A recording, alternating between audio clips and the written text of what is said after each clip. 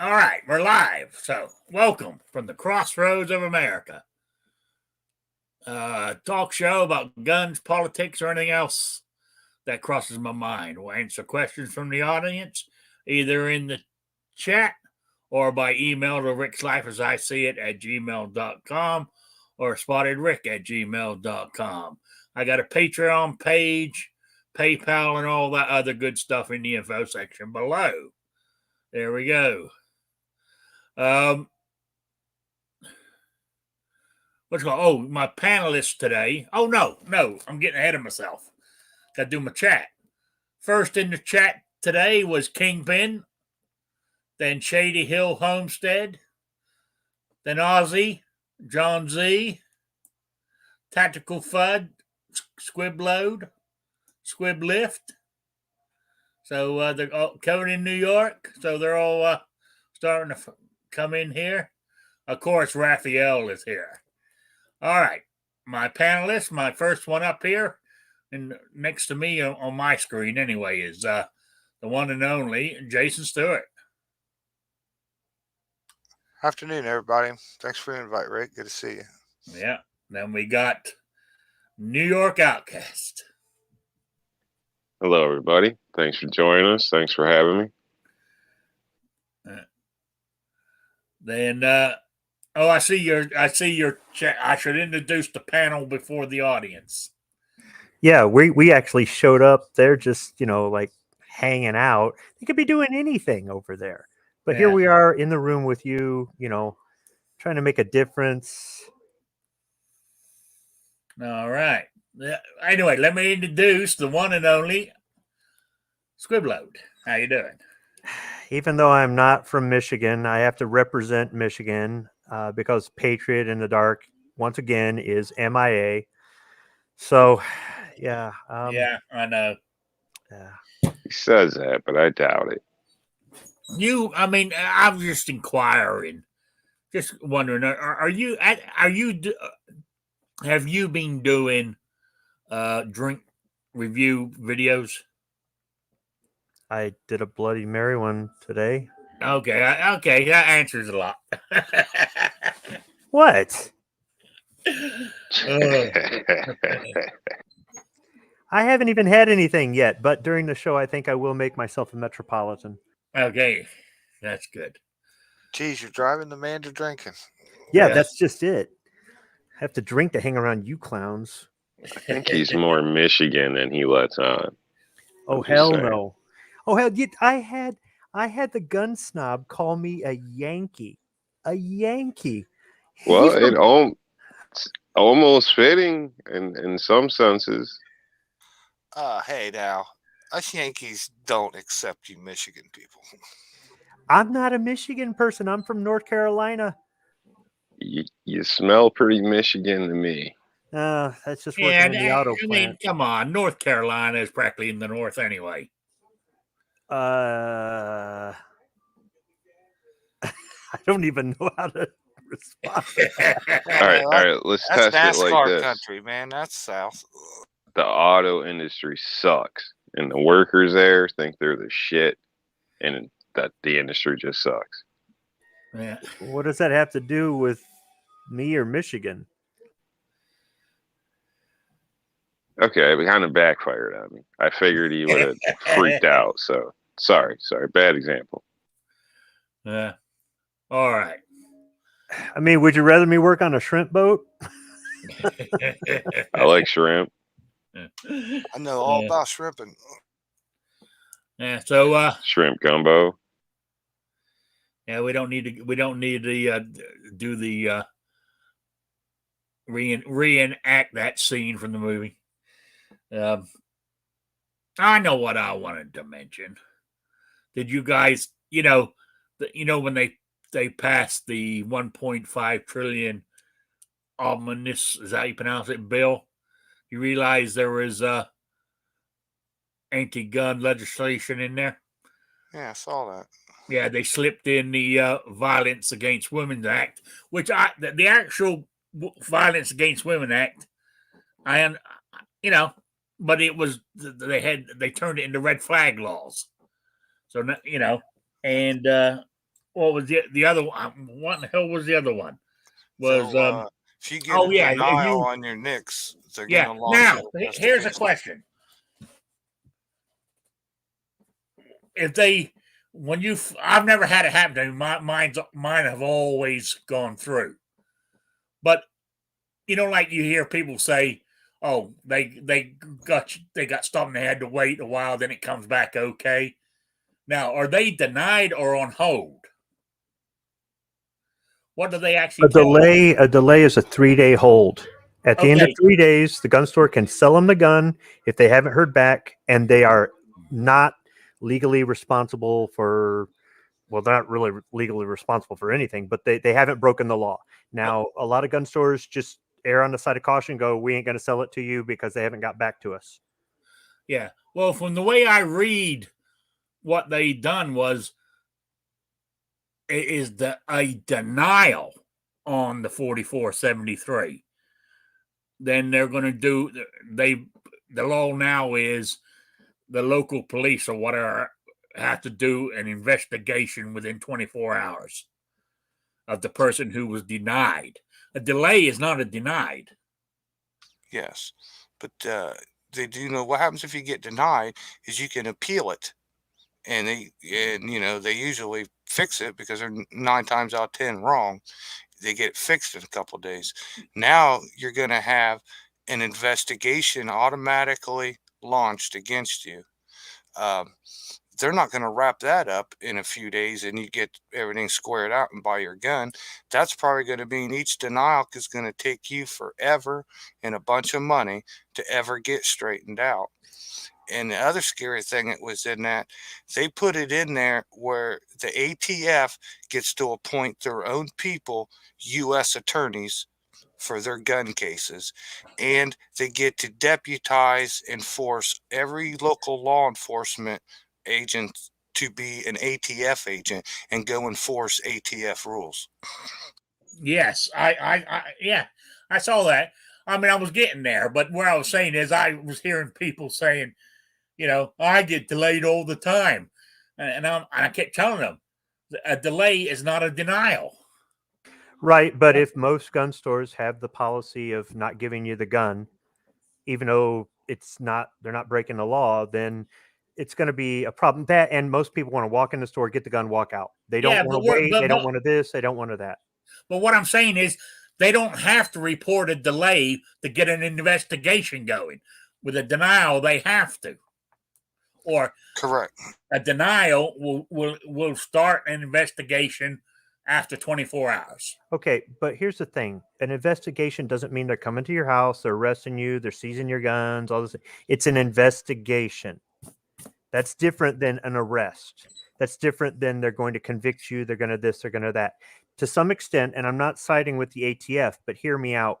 Why if they really say like 100,000 people a year get denied, and those are potentially felons that are trying to get their hands on guns, or unauthorized, people that aren't allowed to have guns by law are trying to get their hands on guns.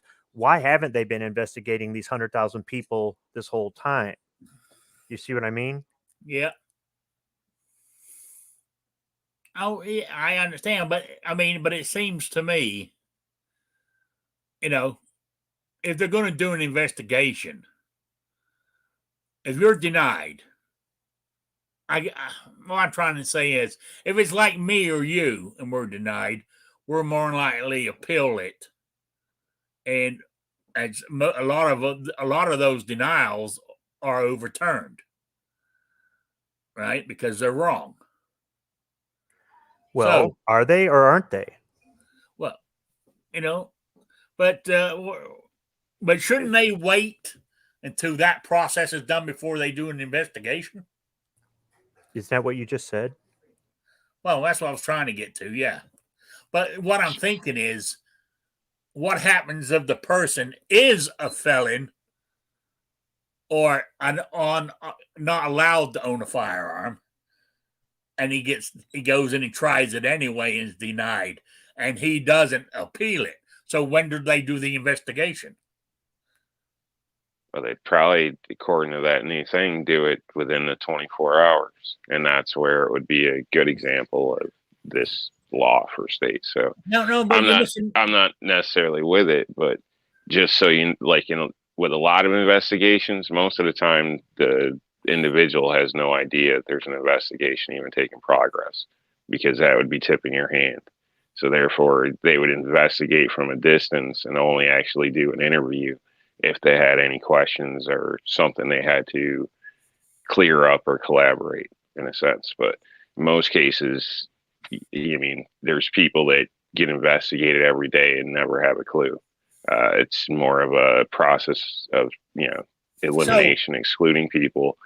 And it also keeps people from being highlighted that aren't, shouldn't be, because with some things, just the accusal can destroy you. So now, again, I'm not trying to defend anything or nothing like that, but an investigation doesn't automatically mean somebody's going to be coming to your job and to your house.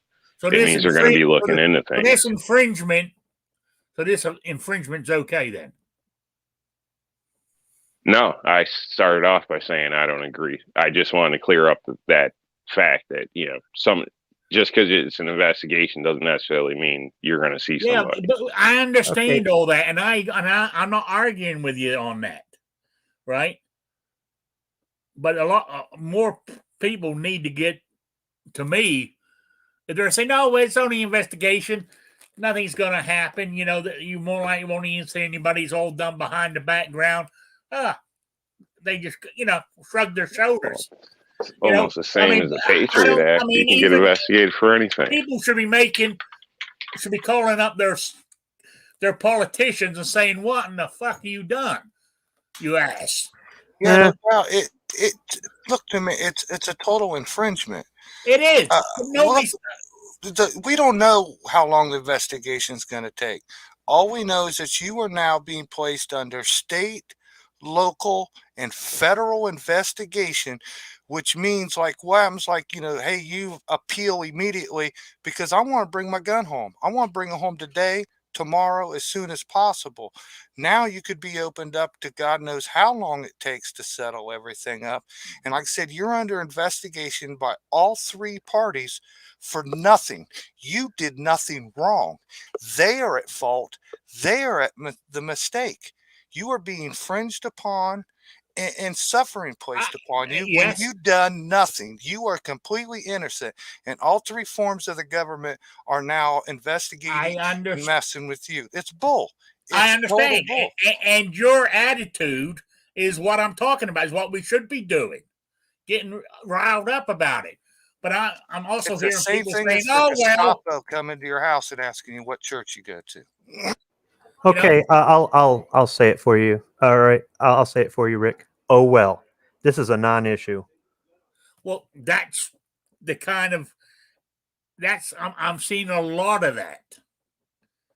Oh well, there's non-issue. I'm not saying that I want this or that I support this, but it's a non-issue. If you get denied all the time and you haven't done your due diligence to fix it, I don't know what to tell you. Now, the cost and the effort, when it's a government screw up, I don't agree with that. But how many things do the governments have their hands in our lives that they screw up and cost us money? Hell, going to get your driver's license renewed costs you money, and it's a mess and everything else. All right. So I'm not saying I agree with that. The government got way too much power, and they're way too corrupt, and they can't seem to do anything right. But there are people out there that refuse to put their social security number on their 4473. And when your name is John Smith and you don't put your social on there, they're going to screw it up. Okay. There are those people who say they still screw it up. You can get a UPIN. I don't want to get a UPIN, or I don't want to give up my social security. I don't want this. Look, man, right now that's the law. If that's what you got to do. If you say, same thing, I don't want to renew my driver's license, I'm just going to drive around without a license. Okay. That doesn't mean that you suddenly don't have the ability to drive a vehicle. But if you get pulled over and you get a ticket for it, or they impound your car, well, what do you want me to do for you? Okay. How many people seriously get denied who refuse to do anything about it, refuse to get the UPIN, refuse this, refuse. I'd like to see some real numbers. not just something some big YouTuber said or that's in the National Rifleman magazine or something. Oh, all right. I see where you're coming from on that. But I don't know. It just to me, it just riles me that it makes me feel like we're guilty and I got to prove myself innocent. Yeah, and that isn't right. That's not the American way. Like I said, I'm not supporting this, but I just see this as a non-issue. I've been buying guns for 27 years. I've never been delayed or denied ever. So if you're my age and you've been buying guns just as long and you get denied all the time and you haven't done anything about it, what do you want me to tell you? Well, what about on the top of that? What about them forcing local law enforcement to be automatically deputized ATF agents to go do their bidding, and snuck in there when there is a case and you're going to go to court, the ATF gets to pick whoever they want and name them a U.S. attorney. The attorney thing, I don't really have much on. As far as the local law enforcement, they're probably just going to cry the same thing they cry every single time. We don't have the money. We don't have the manpower. It's the same thing the school systems cry or any other government agency. They never seem to have enough people. They never seem to have enough money. They sure do love to waste our tax dollars on all kinds of things they don't need that we didn't want them to have. And we don't really have a whole lot of say over it. I think you guys have the money. I think you have the manpower, or you could potentially have the manpower. But if you choose to waste your money, then so be it. I don't know. If I was a local sheriff, I'd fire back. You're going to pay back the overtime that I'm putting this officer on to do this, because I'm not doing it on straight time. You know, they already have 40 hours a week to do their regular stuff for the citizens of the county. So if you want, you know, above and beyond, and federal government comes back and says, no, all right, well then, you know, come in here and arrest me. I don't know what to tell you, because, you know, if I seriously didn't have the money, couldn't get the money, couldn't use my tax funds better, then, because I think that's what they're going to do. They're going to cry foul with money every single time. Yeah, and You see, know, that's why they're upset. That's why they're upset with these states who are passing these Second Amendment Preservation Acts, where it says their state and local police cannot help the federal government. And that's why the federal government's getting pissed off at them. Okay, look, Tactical FUD made a comment out here. Here in Arkansas, they use my CCL for the background check. Now, here's the thing. This would be the simplest way, simpler than getting a UPenn, simpler than hiring a lawyer, or petition, or whatever. What if you just went and got a concealed carry permit in your state? Hell, most people have them anyhow, or people are on YouTube talking about how elite they are because they have a carry permit and somebody else doesn't. Go get a damn carry permit, and if that's your background check, boom, problem solved. Next problem. Yeah, but that doesn't work everywhere. Yeah. I mean, isn't that how they do it down in Texas as well? Or they did? Well, they did it here in Michigan until they legalized marijuana. Now they don't. Yeah. Dumbasses who didn't want to show up to the polls. Now they're the ones complaining. You know, on top of these two issues that we've been talking about that they snuck in there, you know, they just spent another $1 trillion and some dollars too. So not only did they attack and screw all of us gun owners, but they screwed everybody. Another $1 trillion and some dollars, man. Oh yeah, onto the national debt. And I do believe that Women's Safe Act, Women's Protection Act, or whatever, you know how they name it something nice and it's all bull. The reason that hasn't ever passed in like what, 8 years, 10 years that they've been shoving that same thing through. I believe when it comes down to it, the woman or whoever, okay, the victim of your domestic violence or whatever, she just lost her firearm rights under this time. It's not just like the man, you better surrender your weapons, you know, you're under suspension at the moment. It takes away the victim's right to protect themselves also. I mean, that's the craziest, dumbest thing ever. That's why they didn't get it passed in all these years or any of the votes. They tried it every single year. Yeah. It takes away the victim's right to defend himself. And then lo and behold, if they do defend themselves, then they're going to be charged. I'll do a little deflecting here. I'll just blame the GOA. They've spent so much time talking about how hard they're working to get bump stocks back that apparently they fell asleep at the switch on this one. Well, according to the latest write-up on Baron Arms, I was reading it before I sent out my emails. What they're saying, well, I'm trying to think who wrote it. I can't remember his name now, but what they're saying is the GOA was on top of it. They thought they had it covered, but this is what they're claiming. Somebody's claiming that a couple of senators called the NRA and asked them about it. And the NRA's official statement was, we have no opinion on it. So those senators thought, oh, okay, it's okay. And that's why they voted for it. That's what, I mean, I don't know if it's true or not, but that's what somebody's reporting.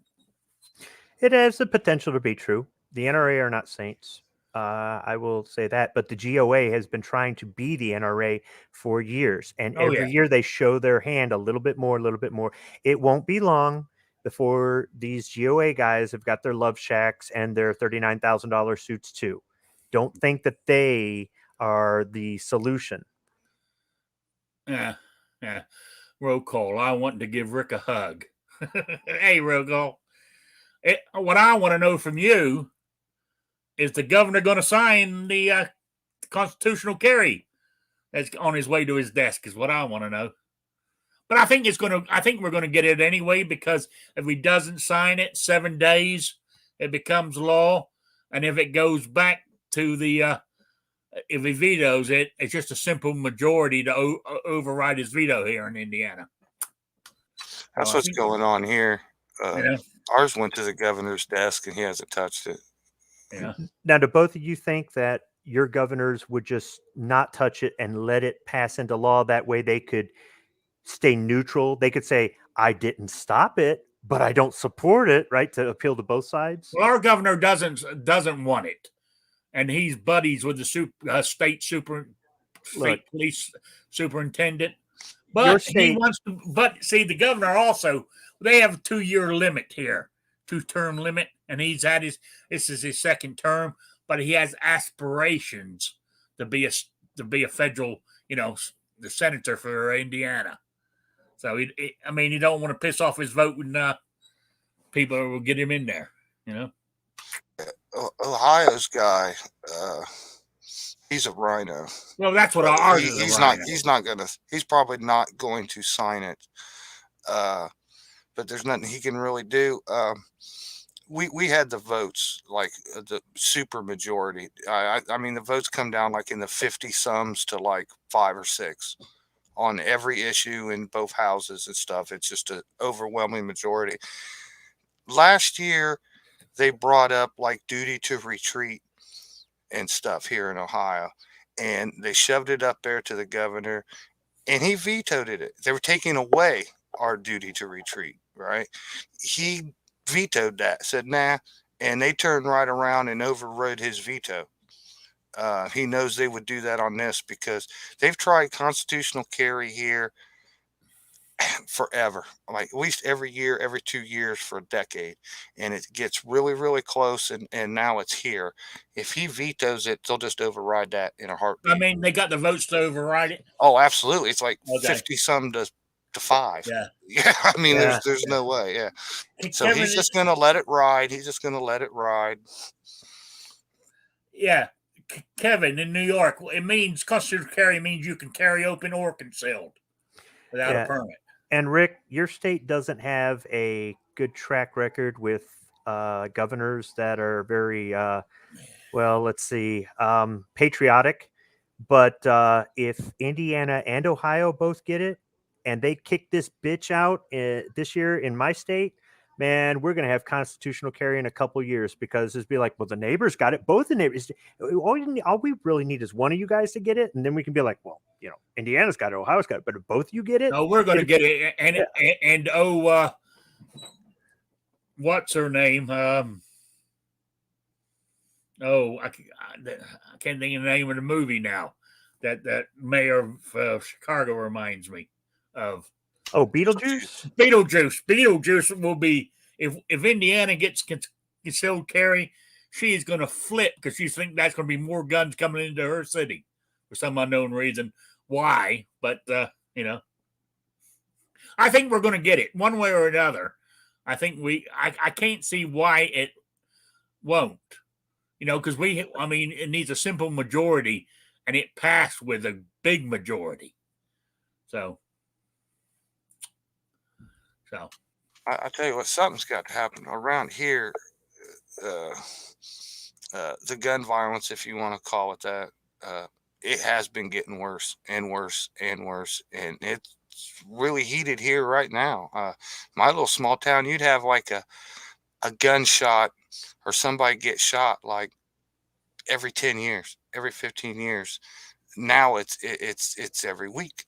The other day, dude got blasted down 7 times standing on the street corner, man. It just gets worse. The cops last night had to take out a dude on the highway and shut down a 6-lane highway, 2 directions for ever, half the day. Took me an hour to get home through a 10-minute drive. Put that way, that's how much traffic got put over on the state routes. You're only pissed off because you missed the gun store. Yeah, I did. Just been getting late, but I was on a chat with Chris from the 740 a couple weeks ago, and they're shooting right outside a street away from me outside, mag dumping. Somebody got wasted and shot last year, just right out back. We never used to have any of these problems, man. Man, where the hell do you live? Don't call it gun violence, though. It's just crazy ass people that got a gun, basically. Yeah, we can't empower their words. Every single time, every person that they bust a big heroin thing here, or the fentanyl stuff, or the gun violence or the shootings, I swear to God, every single time those people are linked back. They're either from Detroit or they're from Chicago.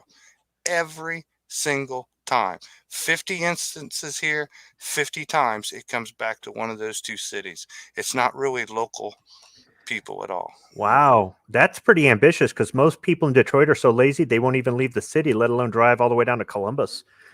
It's I don't know. The money's good here, I guess. when the people even like the ones that live in my state that live in the rural areas or whatever, like, aren't you so scared? You live so close to Detroit. I'm like, dude, they're so lazy they won't leave. You can't get them to go. You get a bit of that. You get a bit of that here, where people come from New York City and they report it back as, local crime and whatnot, but it's actually, drug related due to New York City in a sense. So, and then obviously, you also get it the other way, too, which is, basically, somebody will be here for 2 months for work or something, and then they'll tack that on to, like it didn't happen here. You know what I mean?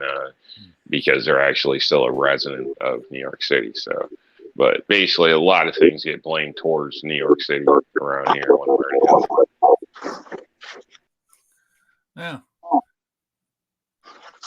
You guys, the way you're talking there, Jason, it sounds like you're goddamn neighbors with New York Outcasts.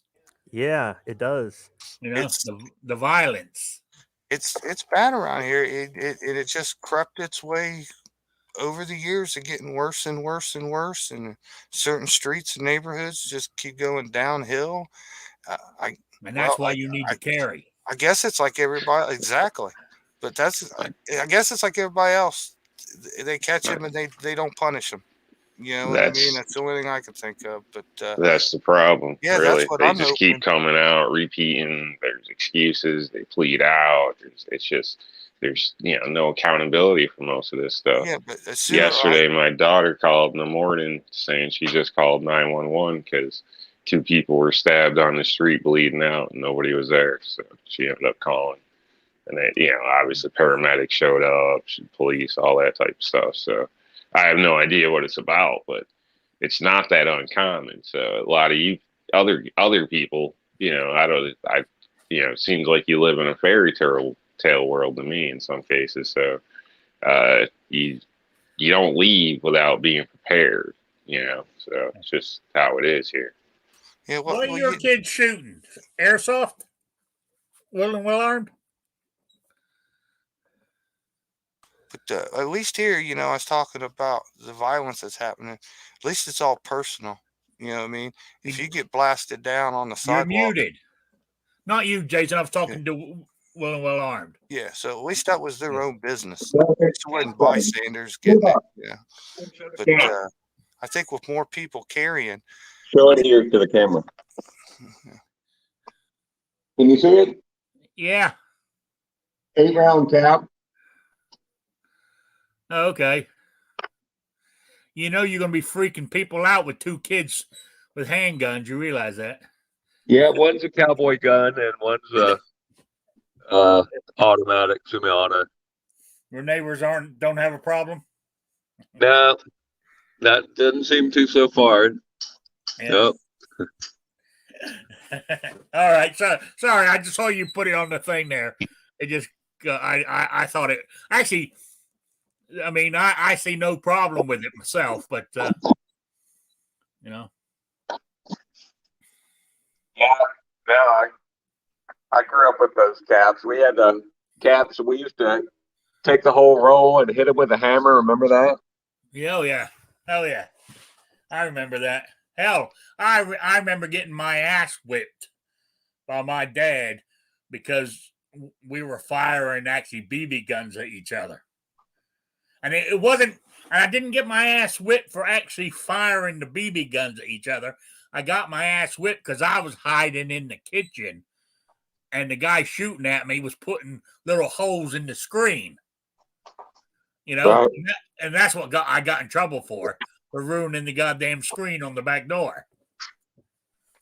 It's amazing how you remember these things. I'm 65. Hell, and that had to be almost... over 50 years ago. Well, how'd you get in trouble if he was shooting in through the screen?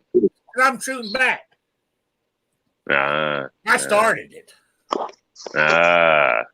Yeah. You should have known better. Yes.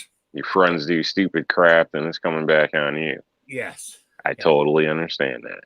Okay. at least he wasn't around the cars. Yeah. So anyway, but that's totally off topic, but yeah. Sorry, I threw everything off topic there because I don't know why I just did. But anyway, you live in a rough area, I think, Jason. I think you need to move. But what I can't Work understand, out, eat a salad. I mean, it's like anywhere else. Most places, the big cities, is where you're getting the trouble. Out in the country, it ain't that bad. But we've here in Bird's Eye, population maybe 600-700, if that. Right? We had 2 burglaries last week. Druggies are everywhere. You know what I'm saying? In our neighborhood, I was talking to the police, and they said their number one call is a tree fall, and they have to block the street on both sides till Georgia Power comes and cuts it off the street. So that, and they said the number 2 is heart attack. So that's our first number 1 and number 2 911 calls. We had a murder in Dunwoody, I think 6 years ago. It was called the Dunwoody Daycare Center murder, where a guy went and just a wife manipulated a boyfriend to kill the husband, and it made national news. But that's been the last murder we had. Now, we do have a mall. We do have a mall, and so we got a lot of shoplifting and people in Dunwoody. We call the police when we see a homeless person from Atlanta pop up. So they'll push them back into Atlanta. Yeah, don't. I mean, I'd get arrested in his neighborhood. now, I mean, I don't know if they use that word over here, but in England, Dunwoody is a very snobbish area. No, not really. It's just it's a high population of I'd say it's 50% white, 20% Indian, 20% Jewish, and 10% black. So it's a true mix of a neighborhood, and there's some Asians in there too. I mean, Okay. when we have International Day at the elementary school, they're like 20 countries that Well, represent. when I worked at Fort McPherson in Fort Gillum, I couldn't afford to live in Dunwoody. You know, so that's all I'm saying. Yeah. You know. Oh, all right. Where were we at? Oh, why we're having a short break here in this? Want to mention my AR-15 on the wall behind me, sitting on the rnldisplays.com wall mount. They supply all the hardware to put it up there. It comes in the box with the actual table model, which is right here. And and not only that, he does ones now that are Glock compatible. So so I thought I'd just mention that. So if you, Does he do Smith and Wesson? You notice I messed up the word Glock. That's how much I taste that. It makes me shiver just thinking about a Glock. So yeah, Glock PC, PCC style, anything that takes a Glock PCC style magazine. Yeah. But it'll basically work for almost, I've seen it work for Beretta, and I believe, was it Taurus? So it's just marketed that way. And he's but also handguns are a separate stand though. So handguns, obviously, they'll pretty much all go on there except for anything under 38, I believe it is. Yeah. I know there's more, but since this is my show, when you buy your handgun stand and your AR stand, when you get to the checkout, type in Rick's Life and you get a 15% discount. There you go. But I know there's other discounts out there, but since it's my show, I'm putting mine up front first. You can also sign up to be a member. It's free. So we don't sell your info or nothing like that. It's basically just to receive information when new products are coming out, which there will be information on that very soon. Flash sales and discount codes that aren't available any other way. You can also communicate to other members and share. There's a photo gallery and whatnot as well. So just keep it PG, but it's all about firearms and the displays. So besides that, knock yourself out. I believe Buck's put up a few pictures, so thank you, Buck, and Gizzard Gary. So I haven't checked lately though, so just something that's out there. All right. So Squiblo's giving his drink recipe out in the chat there. I never did like Sweet Vermont when I was a drinker. I just, but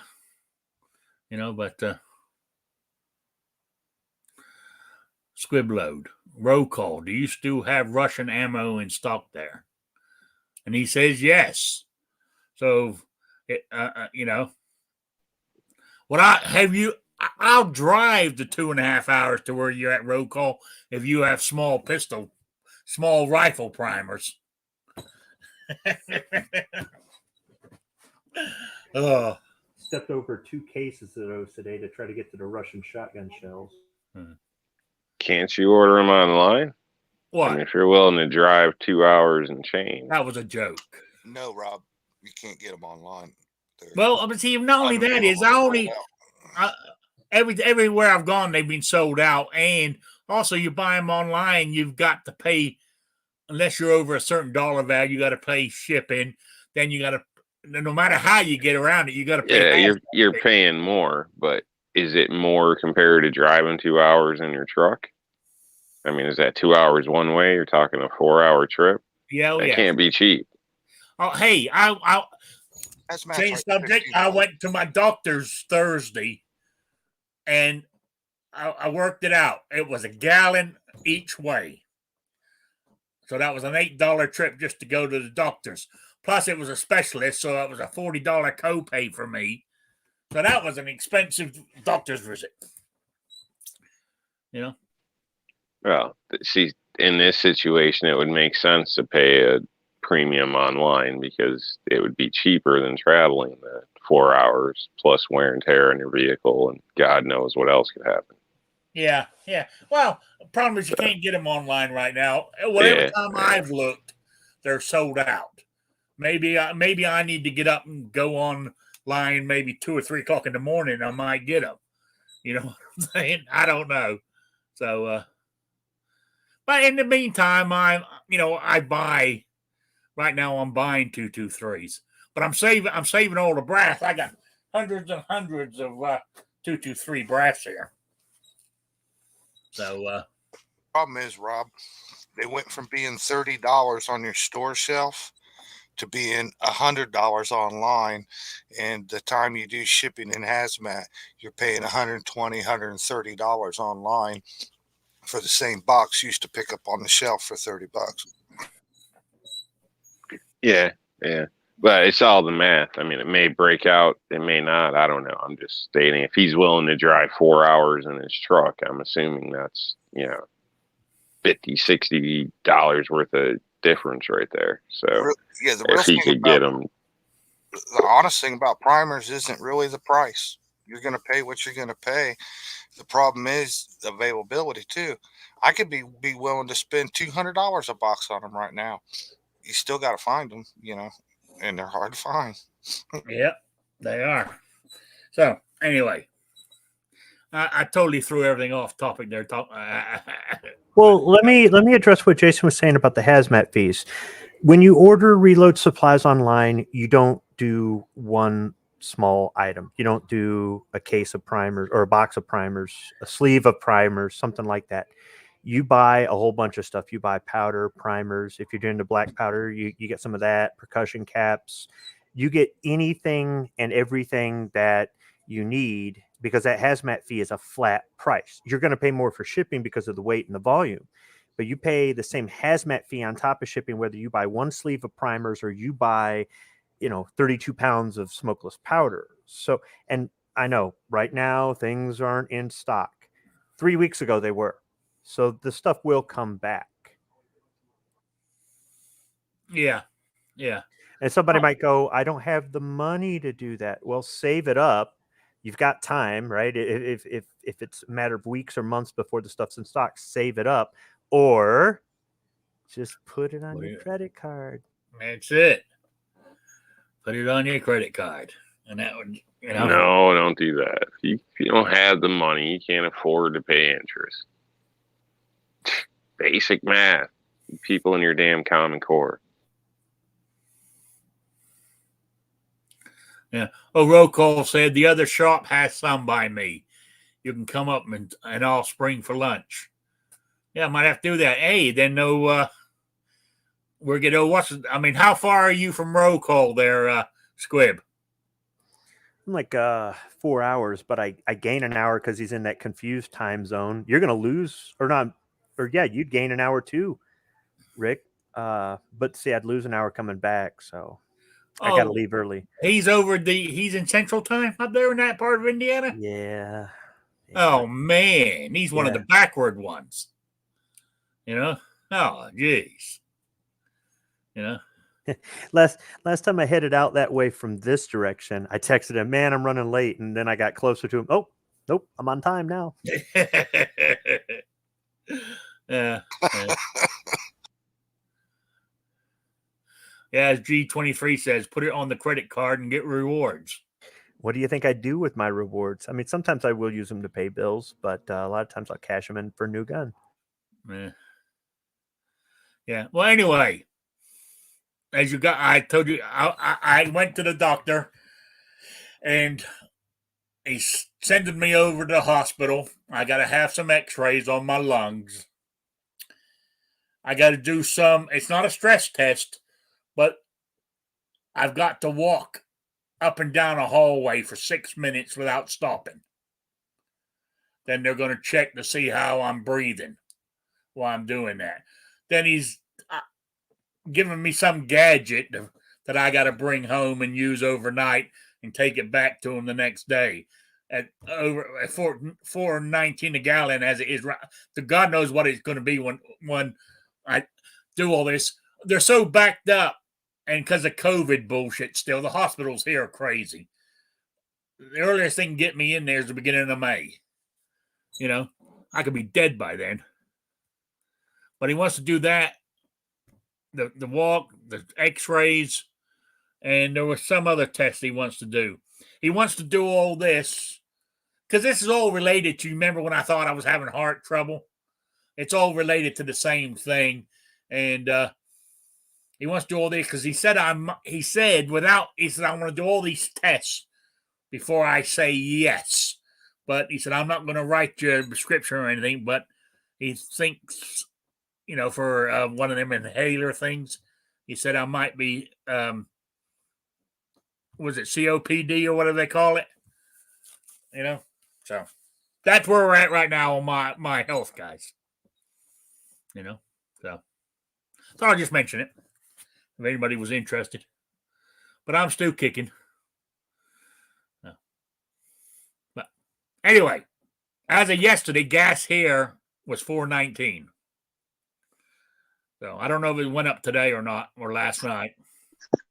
Yeah, that's what it is here. 419, 409, depends on where you go. But diesel's $5. Oh yeah. It's like 29 or so in my area. I looked here. There are 3 stations that were $4.29 and one that was $4.39, and the diesel was all $5.29. Okay. Yeah, about the same here. What I want to know is, and when did it happen? Because I remember once upon diesel used to be real cheap, and that's why everybody bought diesel trucks and shit.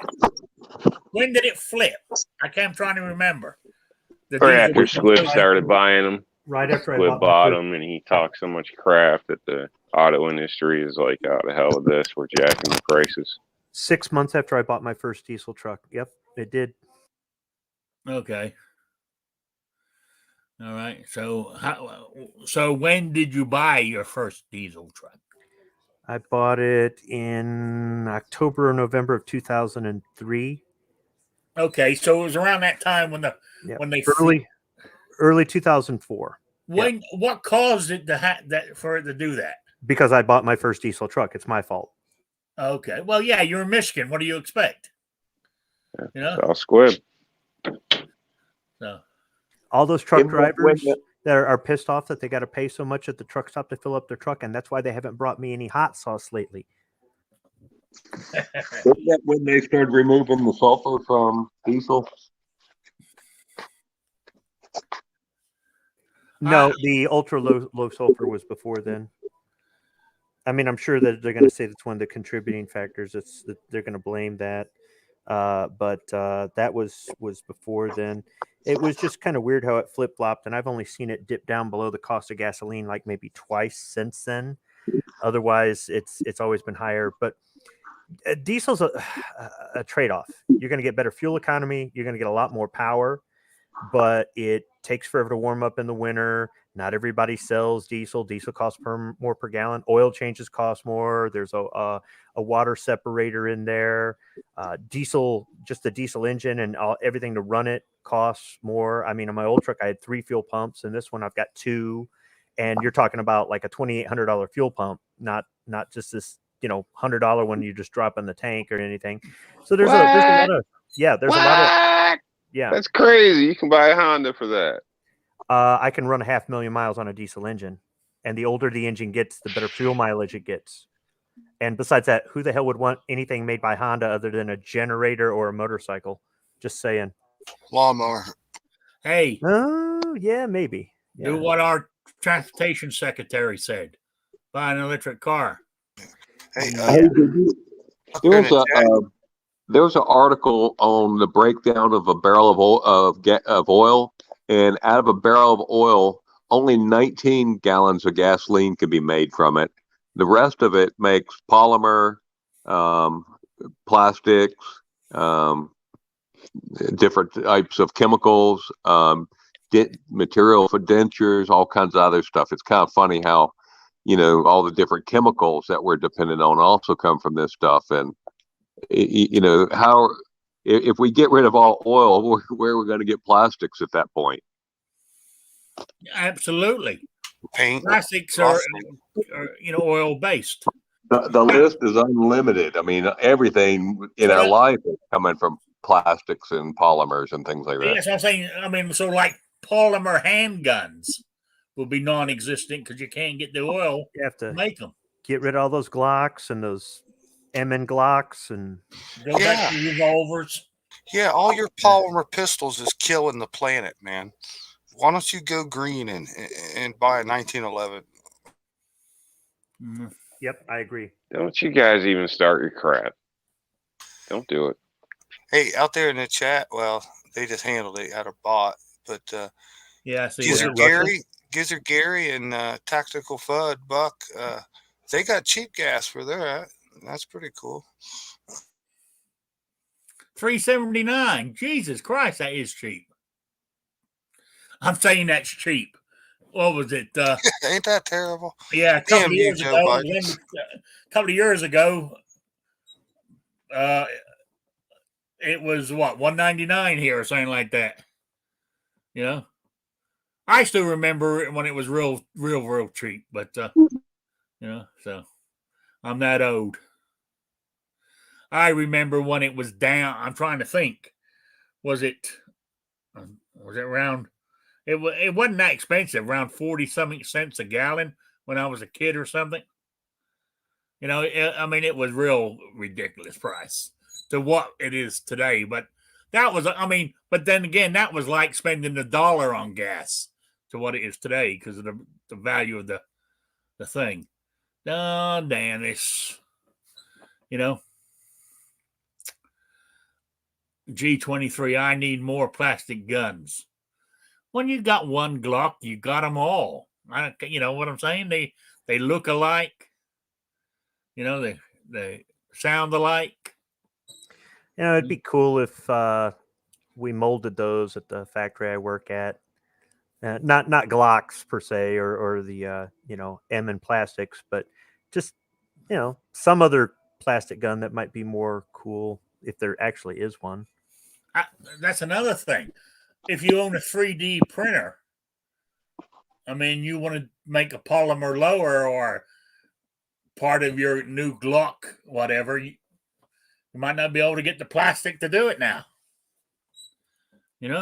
Nah, there's plenty of it out there. We've had some slowdowns on getting. We get a semi-trailer load of plastic at a time. When we the one that we use, we've got like 6 or 8 different grades of plastic, and the one that we use for most of our parts, we get in these tanker cars, and they load it into these giant silos. Everything else comes in on pallets in bags about the size of bags of dog food, or in these big 4x4 cardboard, like triple wall boxes with a plastic liner in there. And we've had a few slowdowns, but we've managed to get by. I actually think the way that we get our plastic delivered is not as efficient as it could be, but I don't run the company, so I can't change that. Squibb, are those beads or liquid? Beads. Okay. Kind of like pellets or granules. Actually, they sometimes they're a little bit different shape. Like just same thing with reloading. How your smokeless powder can come in flakes or cut up like rods or in spears or things like that. The plastic kind of comes that way too. And I don't know if that makes a difference in the process or whatnot. Really, the thing I would think is how difficult or easy would it be to plug up a line, because that stuff goes through these 2.5-inch flexible hoses and stainless steel pipes, to get to the machine. I'm sorry. I'm getting hit by bots like crazy here. Yes, you pissed off the Russians. Pipes heated as well? What's that? Are the pipes heated as well to keep it from, turning solid in the pipes? No, and that is a problem with the silo. There are times where we're actually inside the silo at the bottom. It's cone shaped, and then it drops down into a 2.5-inch pipe from there. And we're actually taking a dead blow hammer and beating on the base of the silo there, trying to free it up. Because in cold weather, sometimes it can. Once it gets inside the building, it doesn't get hot until it gets into what they call a dryer, where they lower the humidity to negative 75%. And it gets pretty hot in there. And then in the machine, it's like 500 degrees Fahrenheit. But I imagine it's all the same. If we were making plastic gun parts, it would the same process, really. We might not care about humidity in the plastic if we were making plastic gun parts, because if you've seen a Glock, they're ugly. The humidity really affects the appearance more than the structural integrity of the plastic. So making ugly guns, leave that to Glock, I guess. Yeah. Oh, it's just more of the slide that's the ugly part with the Glock. Oh, anyway. So, besides Jason getting his picking up his Python, anybody else got a new gun or anything? Well, how far back you want to go? I don't know. The last week or two. No, week or two. No. Well, what was your last gun you bought? Got a Griswold and Gunnison. I saw that video. That was your black powder one, right? Yeah. And before that, I got a Danson Brothers and I got a Leach and Rigdon. Somebody's there going, I've never heard of any of those. They're historical reproductions of very rare guns from the 1860s. All right, there you go. Probably not as cool as most people, as a nice Colt revolver. And one day I'd like to have a nice Colt revolver in my collection. All right. Oh, did you watch what you call it today? Your buddy down there in Arizona? No, what we do is we'll wait and watch like 3 to 5 weeks worth of videos at a time. So anytime I'm letting him know what I thought about the videos, it's all kind of after the fact. But he's such a busy guy; he gets it. He totally he knows what it's like to have he doesn't even catch all of my videos or other people's videos as often as he wants, because he's got a lot going on. Oh yeah, no, I'm just saying because he had a couple of guys on there today who were firing firearms, but they were doing authentic black powder reloads, what was actually used back in the day. Because he said, I mean, like when you do cowboy shooting thing, they use Cowboy Loads, which lowers the recoil. And this guy says he uses the full amount. He said, I can get back on target, no problem. Yeah, a Cowboy Load is going to be a black powder cartridge. You're going to pay more for it, a premium for it. It's not just an older caliber like a 4440 or something, but they actually load it so that it would be equivalent to something from the 19th century. You're going to have to clean your firearm after you're done at the range. You don't want to let it sit, not even overnight. There are things you can do to mitigate it, to buy yourself some time so you can clean it later. But the black powder loads are corrosive, and they make a lot of smoke. Now, they do have smokeless powder loads that are equivalent to the black powder loads as far as reducing the recoil and stuff. And those you don't have to worry about cleaning your gun right away and stuff like that. But right now, with the way ammo is, those things have been few and far between, and they're very pricey too. Yeah. But anyway, that's what I was just saying. That was a good video this morning. Yeah, maybe we'll watch it tomorrow night. Sunday night is TV night, so we try to get caught up in his videos when we're watching other stuff. Okay. All right. So, damn, it's 4:00 already, guys. Who are we talking about? G-Webs? Or we're not allowed to say? No, Arizona Ghost Riders. Is that what it's called? Is that the correct name? Yeah, that's the name of his channel. Yeah. Arizona Ghost Riders. Yeah. He does stuff about the Old West, but today he was doing. They were talking about old loads. You know, the way people loaded fire. When they done reloads back in the day. Yeah, Pretty interesting. Santee, he's a gun guy. He does his own reloading. He's got some stuff in his collection as far as like older style or reproductions of older style and stuff like that. He's got to do stunt shooting and stuff like that for some of the things he does. So he knows all about like the safety briefs that, you know, Alec Baldwin skips out of and crap like that, because he's sat in on them. He's been a part of them and stuff. Yeah. So he understands all the different risks and all the safety things that they have to integrate, whether it be just a stunt show to entertain people or whether it be filming an actual movie. So there's a lot that's involved, but I mean, it's just like any other industry. You know, you've got to have a certain degree of safety. Oh yeah. Yeah, because what he was going on, what started it off was he said, you know, that the one thing about when they do, it doesn't even have to be westerns, but when firearms are used, he said where TV and film industry screw up is they don't show recoil that often. You know, somebody's shooting a gun and I mean, they're pulling the trigger, you know, unload the magazine, doing a magazine dump, and the gun hasn't moved. You know. Well, some stuff is real and some stuff isn't. I mean, if you see Rambo 2 where he's got that M60 and he's one-handing it, yeah, that you can do. That is absolutely totally legit real. So that somebody might go, there's no way. But if you look at Predator, there's no way that Jesse Ventura could have carried everything it takes to fire that minigun. The minigun is not heavy at all. The recoil, yeah, he could manage all that stuff. But all the equipment it takes and the ammo to fire it that long, it's physically impossible for a human being to carry that much weight, and it would be so big and bulky.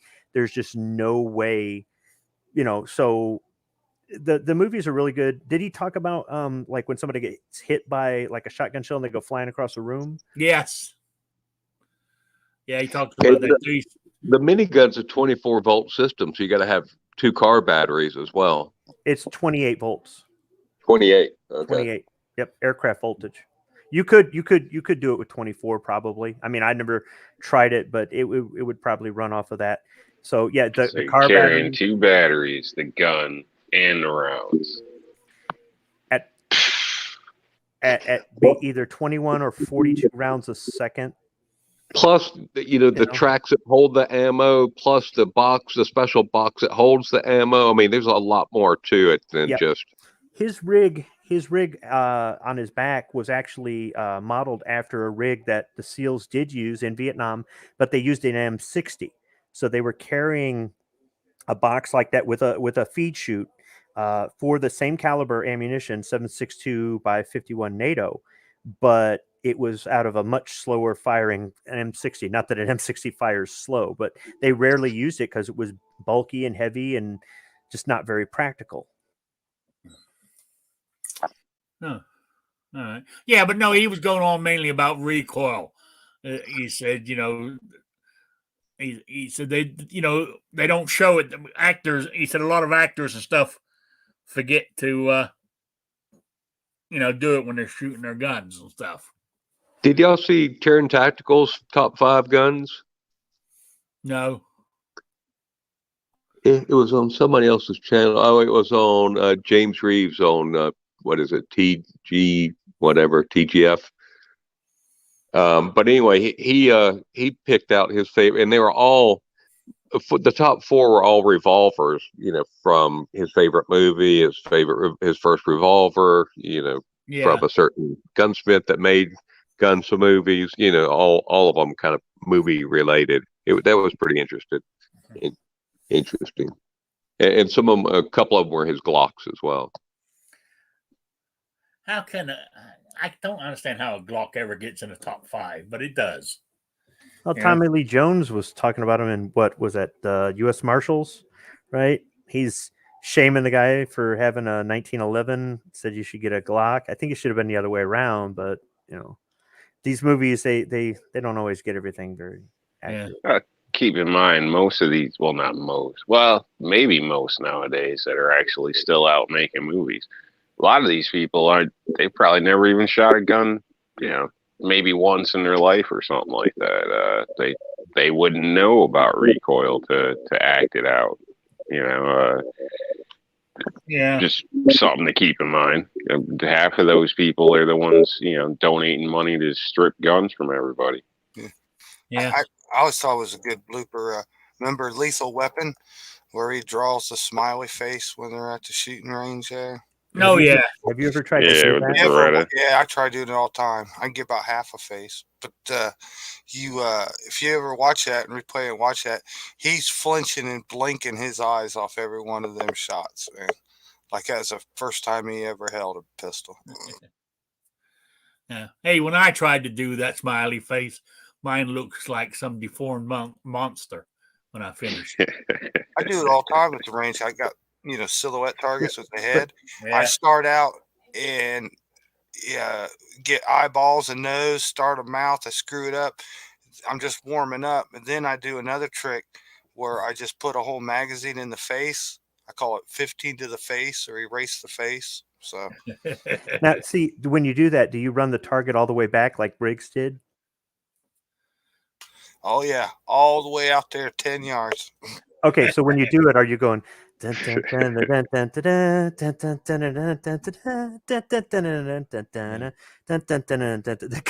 just doing that the whole time, so nonchalant, doesn't even look. He just runs it all the way to the back. Oh yeah. Have a nice day. Hey, but I mean, a friend of mine, one of the guys, the old guys I hang out with, he gets so annoyed when he's watching TV and movies and stuff over me. firearms and stuff. And I keep telling him, I said, I totally understand. I said, but just watch whatever you're watching. I said, watch it for its entertainment value, not, like he never reloaded that gun or he's holding it wrong or whatever. Just watch it for the entertainment. It ruins the entertainment value, though. Like when you know something's crap, it just jumps out, and you're like, "Oh, son of a bitch! There we go, there we go." Just I know. When the just kills it. When the anti-gunners use stuff in movies or reference movies, when the politicians reference movies, I think that's why our culture doesn't stop and just soak up the entertainment value as well as we used to, because of how they've just ruined it. Hollywood doesn't care either way. Well, Hollywood does have an agenda, but I'm saying they don't care if they get stuff accurate either way. And when those inaccuracies are used against us, it makes it where we're less likely to enjoy it. I mean, that doesn't mean that we don't want a gun or something that we saw in a movie or TV show or something like that, but it's just, I don't know, it ruins it for us. Yeah. And a lot of the plots, I mean, it's just like brainwashing. It's justifying, police officers to break the line for these criminals that they always solve this case in 30 minutes, and you're rooting for the crooked cop or this or that or whatever. Yeah, it's all a bunch of crap, like subliminal brainwashing. So people say they know and it's just entertainment, but then you end up learning it just like a damn song you can't stand. You just all the words. So and subconsciously it will come to mind when a question's asked, even though hopefully you can override it, but it's just it's garbage these days. Garbage. Mind you, though, I know we moved on, but I want to go back a few minutes ago. I got a confession to make. When I my very first firearm, luckily, is an M&P 45 full size, but I was actually looking at Glocks before I slipped over to the M&P. Just saying. Because you'd seen it, heard the term so much. Well, no, I mean, I was looking at the Glock 21 actually, but then I couldn't. I was looking at something I could afford at the time, and I didn't know about, stuff like, Rock Island Armory and that stuff, because I wanted a 1911, but they were too expensive for me. I didn't know about the cheaper models you could buy, right? Because I was new to guns, you got to remember. But the reason I bought the M&P 45 because it reminded me of a Glock, not of a Glock, of a 1911, sort of. Are you sure you weren't trying to buy a Glock and just grab the M&P by mistake? No. Hey. There's a big difference there. Big difference. So I'm just saying. I know what you're saying by the look of a 1911, because basically, the grip angle's the same. It's similar, I guess. Yeah. It's not identical by any means or anything like that, but it's more so than a Glock would be for sure. So yeah, I mean, even when I was out shopping initially, years back, a Glock was an option. But looking around, getting hands on things, I just went a different way. So I'm glad I went a different way. I mean, I've shot a Glock. Don't get me wrong. I mean, a couple of friends of mine have them, and I've shot them. For me personally, gripping it feels weird in my hand. The grip angle's kind of strange. People say that, but everybody calls me anti-Glock, I guess you would say. I've owned one in the past, but I'd say I didn't have any problem shooting it. So, I mean, I think it's like, going from one gun to another, there's going to be slight differences. You just compensate and, that's all. Push through. So, I just couldn't get over honestly, the hype, and everybody's, I don't know, a follower, or it's a safe bet. It's like, you got no balls, you just get a Glock because everybody's got a Glock, Yeah. It's become so stereotypical. I don't want nothing to do with it. Yeah. And there's nothing wrong with the guns or this or that, other than they're ugly. I mean, just like a beauty contest. Unless you're blind, the M&P is just better out the box. It is, it is what it is. Yeah. Sure, you can dress up the Glock, but I'm just saying, it just seems better out of the box. You can dress it up, but it's still a Glock. Yeah, I mean, and you can do things to the M&P too. Don't get me wrong, but I'm just stating for what you get when at time of purchase. I just thought that M&P is a better deal personally. So yeah, I think you have to put some extras on a Glock. I mean, for instance, the trigger just comes out crappy compared to M&P or anything else, and then they give you plastic sights. That makes no sense for a gun that price. They should be giving you metal sights. Should get night sights for that price. So, but the new guy buys a Glock. Yeah, and then his friends are like, "Oh, you got plastic sights? Oh, Jesus!" And then the guy goes home and he's online ordering sights, and then they're like, "Oh, you got a regular trigger? Oh my God! Oh man, you don't have any highlights? Oh my God! Oh, you got a factory barrel." Next thing you know, you're one of these Glock experts, and it's all just trying to keep up with the Joneses, man. Yeah. Squib lived. He caught it too. He typed it out. I just kept it to myself. But he goes, Rob says he goes a different way. We heard it. Hey, I'm talking about Glock and M&P here. I don't know what you're talking about. When I was a little boy, all my guns were made out of plastic. Now I'm an old man. Hey, did we talk about Jesse Smollett before I got on, or y'all not gonna touch that? What, does he have a Glock too? No, but he started some conspiracy that he didn't hang himself and he didn't do it when he got put in jail. They say he's going to jail for 150 days. Yeah, I'm not suicidal. I'm innocent. Yeah. Okay. Something happened. The besides gentleman getting said your name Smollett is synonymous with lion now. okay, what happened to he got sentenced to jail, but there was some kind of incident now after that. Yeah, he was sentenced to jail, and as soon as that happened, he yelled, I'm not suicidal, and I didn't do it." I don't know, starting some conspiracy, I guess. Yeah. I, Yeah. I mean, I guess he's, rich boy going to jail, kind of earned his career. I don't know if he really did or not. They'll probably, Hollywood will take him back, right? And so anyway, That judge ripped him a new asshole. yeah. Well, shouldn't he got more than like 150 days? He got 30. He got 30 months probation. And Is that actor that was how on many like millions? Empire or something? Yeah. Yeah, and they spent how many millions on investigations and news He had to stories pay and bad mouth? That guy's all about $125,000 in publicity. restitution. Yeah.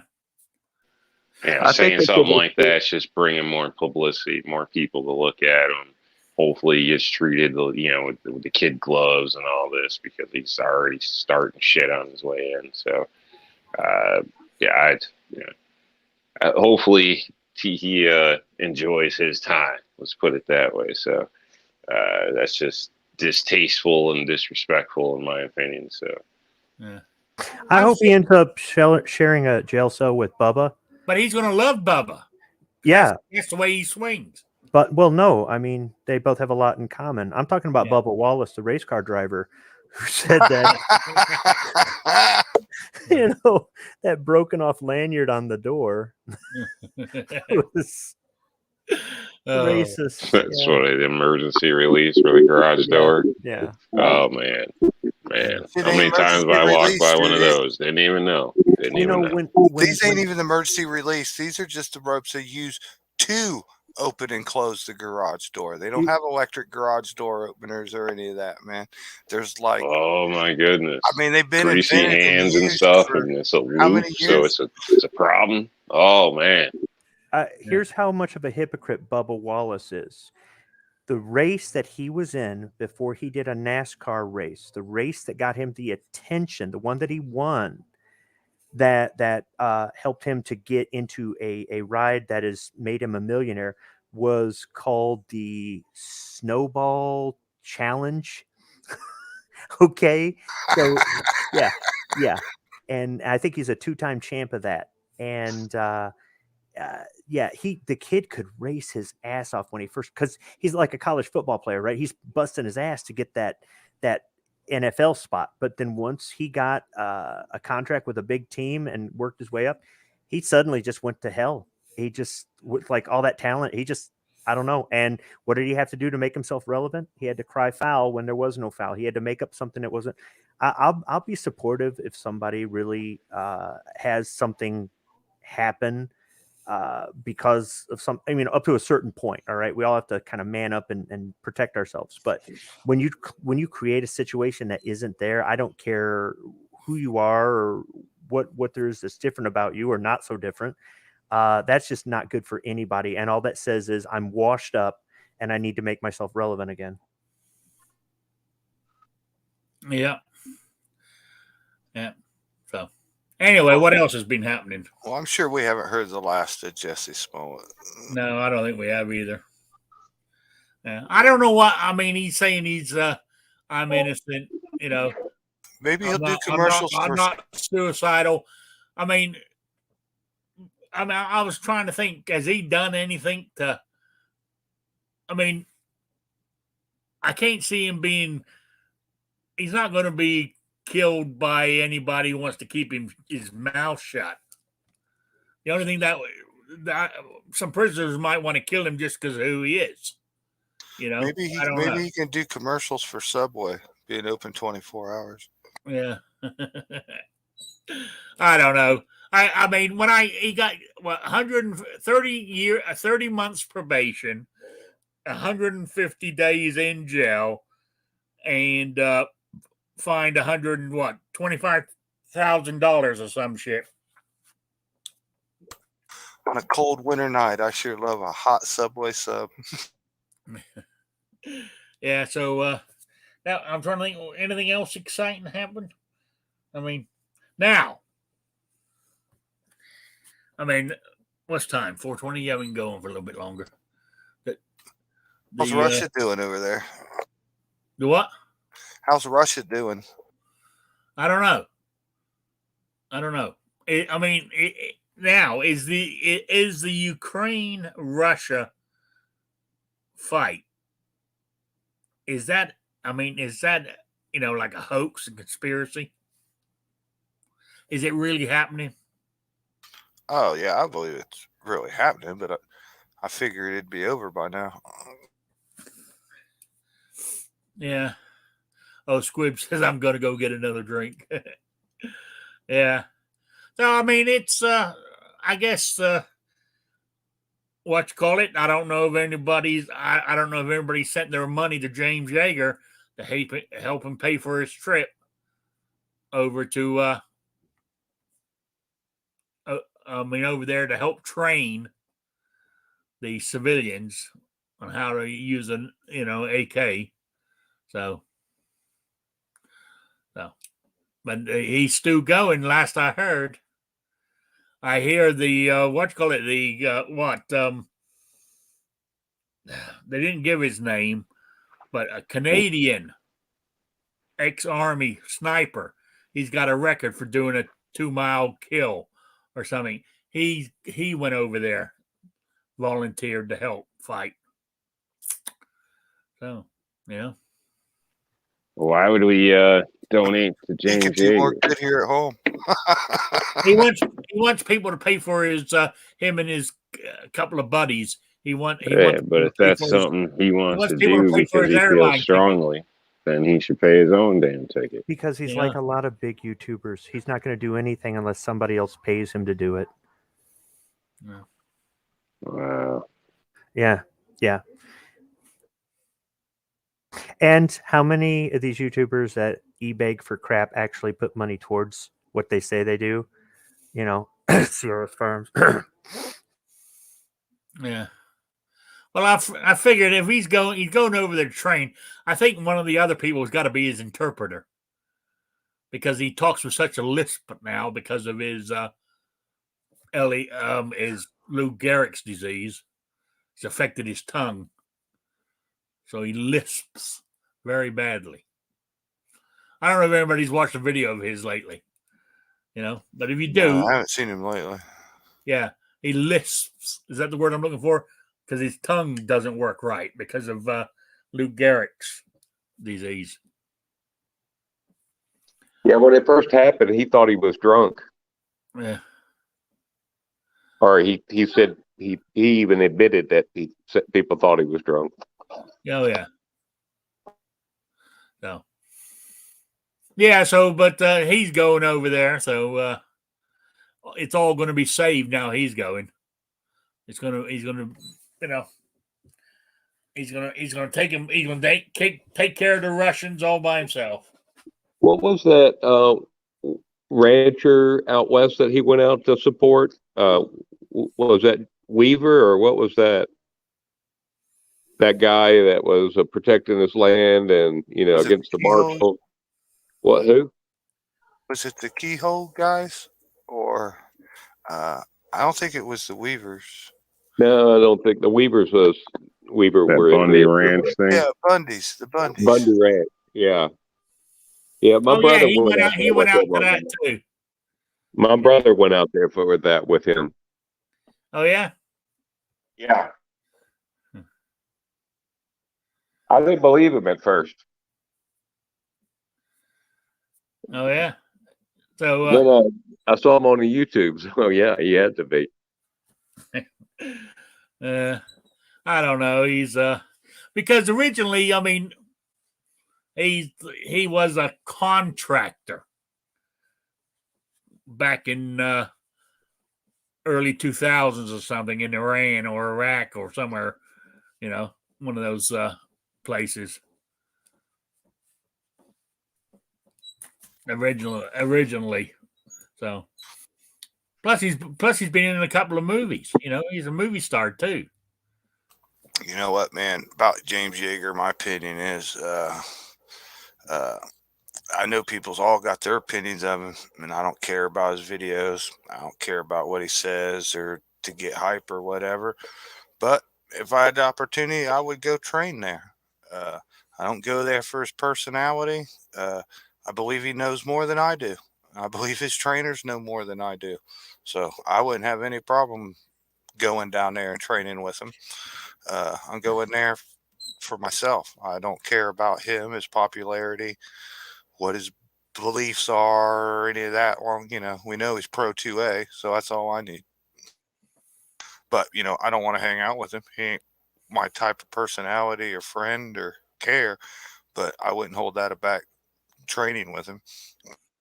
No, I'm not sure if I would want to go because, I mean, I don't think you get much training from him. You know, he has well, employees. no, but his course uses a hell of a lot of ammo, you know, compared to a lot of other trainers. I'm just saying, personally, if I had, I'd rather go with what's his name, the guy that used to work for him. Oh, Reed Hendricks. Yeah, Yeah, I'd go there too. you know About Pat Mack. who? Pat Mack. Never Pat heard of him. McNamara. Oh, he's a badass. Oh, yeah. Basic boot stuff. Yeah. I watch him every day. He's starting to kick out a video every morning at 8:00. Look up Pat, Patmac. He's definitely worth it. He was in the most prestigious unit that people dare not mention the actual name of it. But yeah, he was in it with a buddy of mine. Okay. I tell you who I mean, I can never afford these trainers, but another one I like what I'd love to do before he dies is what's his name up in Oregon or Washington, wherever he's at now. Clint Smith. Yeah. I think he's about ready to give it up, buddy. You better hurry. Yeah, well, he's getting up. I mean, he's getting up in age too. He's got the whole thing for sale and shit. Yeah. I wouldn't be surprised. He's about ready to call it quits and retire. And you can't blame him. I mean, what is he in his 70s? You know, so. But but I would train with any of them. If I'm training to go there I want to learn how to fight. I want the course set up to do things that I can't do on my own. That's what I'm there for. I could care less about their personalities. You know what I mean? Yeah. Don't need training of here's how you hold your gun. Here's how you grip. Here's how you use your sights. I want to go train to fight and have the opportunity and the obstacles and the targets and the things in front of me to fight. You know what I mean? So, I mean, I want to be. I don't care about, like I said, their personality. You know, I like to go somewhere where they got some sort of training course which would work, you know, because I can't move that fast because of my back and stuff. That, you know, a course designed for somebody with disabilities. You know, that's what I would like to go to. There's a street right out back of my house, Rick. Yeah, I was gonna say your course should be as realistic as the world. So you should prepare for your daily events, which isn't necessarily going to be a handicap accessibility course.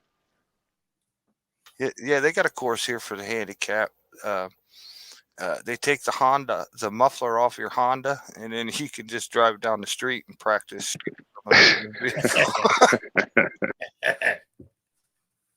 I do the one-on-one training where I'm getting in my car and a potential assailant comes up behind me and what to do, how to, because that's my most vulnerable. So I told him that was my most vulnerable position was, during the transfer. Yeah. And, so just working through that, logistically thinking about it, how you tell somebody you need your space, back up, give them a verbal command and, sound authoritative. It was real neat class. We wore these helmets that kind of restrict your air and, kind of restrict your vision and, kind of, it just kind of gives you your heartbeats kind of racing, and you can hear your heartbeat in that helmet. So it's a lot of kind of gets you amped up for that whole situation. It did the same thing in a board of directors room, because that was another a lady's, her biggest fear was one of her workers were gonna pull out a gun or run into a boardroom and start shooting up everybody. So I mean, everybody in the class had their own little scenario, and there were 6 people, so we went through each person's. Oh, that's cool. Yeah. Yeah, but you're right. I mean, that's one of my biggest ones. Like with me, getting in and out of my vehicle is the hardest for me. Because I have to grab hold of the grab handle and grab hold of the seat and step up onto a step, then put my other leg up there, then sort of twist around and slide in. It's it's not easy for me to get in and out of it. It's easier for me to get out of a vehicle because I just swing my legs around and slide out. But getting in is the hard part. So anyway. Yeah, I don't know. I mean, the Russian bots there, Squib Lift, they've been hitting me. They've been hitting a lot of people lately, haven't they? Or is it just me? I don't know. No, they're all over the place. Yeah. I don't know what it is. I don't know. Are they trying to get us in trouble or whatever? YouTube will give you a strike for having that in your chat or something. I don't know. Is it going to be a YouTube sanction then? Yeah. Well, we need to go over to Facebook. You're allowed to make death threats against Russians now. That's allowable. Russians only. What I do with these bots, even when somebody else gets to them and times them out or just removes them, so I go ahead and give them a report. I do too. People, you guys, most of you guys are beating me to the, putting them in timeout or whatever. But I normally go back and report them all. Whether they do any good or not, I don't know. You see that one that keeps coming back over and over again? Let's see. Patriot in the Dark. Yes. Yeah. Yeah. Yeah, he's a bot that he's been bugging me for years. I used to have a co-host with that same name too at once upon a time. Now you got Russian hackers copying the name. Yeah. So anyway, I'm going to wind this up, guys. The cats are now. They were late circling, but they're getting hungry now. So plus I am too. And I'm gonna throw some pork chops on the grill. I'm gonna have pork chops, mashed potatoes, green beans. I'm going all out tonight. I'm more likely to make too much, so I'll eat it again tomorrow. All right. It's hard cooking for one, so I normally do enough to last me, make a meal the following day too. And I don't have a problem eating the same thing twice, 2 nights in a row. It doesn't bother me in the slightest. Anyway, so I'm going to get up here. So, Jason, you got any shout outs or plugs? No, just say hi to everybody, man. It was glad to hang out with you this afternoon. And, thanks for the invite. It was good to see you, Rick. Yes, I'm glad you took the day off or whatever and stopped by. I appreciate it. Don't tell my boss. Yeah. New York Outcast, you got anything? No wonder he's been silent. I bet he wandered off somewhere. No, don't have none. Nah, just cleaning the car off. So, thanks for joining us. Thanks for having me. Okay, all right. Ozzy says Russia's eyeballing all the gun channels to see if it's safe to invade. Yeah. All right, Squib, you got anything? No, I guess not. No, everybody should watch Squib's channel. Got some good shit on there. Yeah. Speaking Squibbish is some of the best. Get some good topics going on in that. So, all right, Will and Will Arms, you got anything? Yeah, I'm doing a second follow-up video with shooting the bull armory against the staccato. I've got green targets and orange targets to give more of a fair playing ground, and so it's a rematch from last week. So that's good. And then I got some grips from Mark Brown. Going to go over those, and then I've got that SAR P8S that I've taken apart, and I'm going to do a high polish on the stainless steel on that one. So got those 4 videos coming out pretty soon. All right. Did I get everybody? Oh, G23 says he's doing a live stream today at 6 p.m. Eastern, the only time zone that matters. So I'll just throw that out there. You just type that in. I want to say thank you to everybody in the chat for stopping by, listening to us ramble on for an hour or so. I really do appreciate it. Makes them.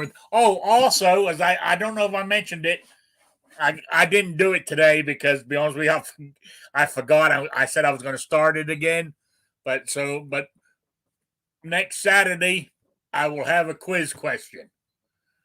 I'm going to do a quiz. I'm going to do it every 2 weeks like I did before because I said I've now got some swag donated by Clover Tech. So I've got some, and so I'll be doing the quiz again. If you guys got any questions for the quiz, send them to me. I'll use them. So, all right. So that's it. So I want to say thank you all for being here. I really appreciate it. Don't forget, the clocks change tonight or the wee hours of Sunday morning, and it goes an hour forward. Spring forward, fall back an hour. So we're going into spring. So the clocks go forward an hour. So I wish they would pick one of those, either leave it where it is, or when it goes to this new time, leave it and just leave it. I'm getting tired of this changing. As you get older, it screws me up. It really does.